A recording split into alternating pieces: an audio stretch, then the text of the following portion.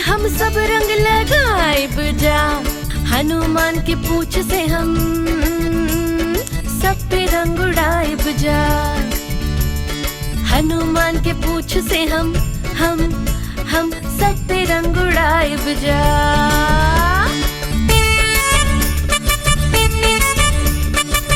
अरे अरे देखा हो रहा, चला पकड़ के रंग लगावे के। देखा देखा आइल होली, एक दूसरे पे पानी हम उड़ाइब जा। गणेश के सूंड के पिचकारी हम बनाइब जा। गणेश के सूंड के पिचकारी हम बनाइब जा। चला गणेश के सूंड के पिचकारी बनावे के। हाँ चला चला। देखा देखा आइल होली, रंगवा में घुल मिल जाइब सब।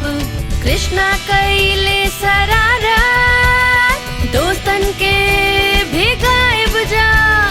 कृष्णा कइले शरारत, दोस्तन के भिगाइब जा।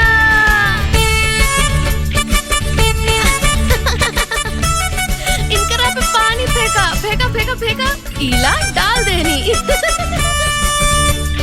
देखा देखा आइल होली, सब लोग मिलके गाइब जा। पानी और गुलाल उड़ा के हे मिलके धूम मचाइब जा।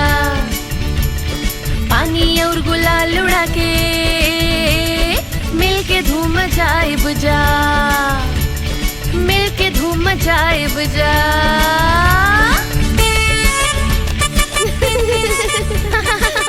आइल ना ढेर सारा मजा।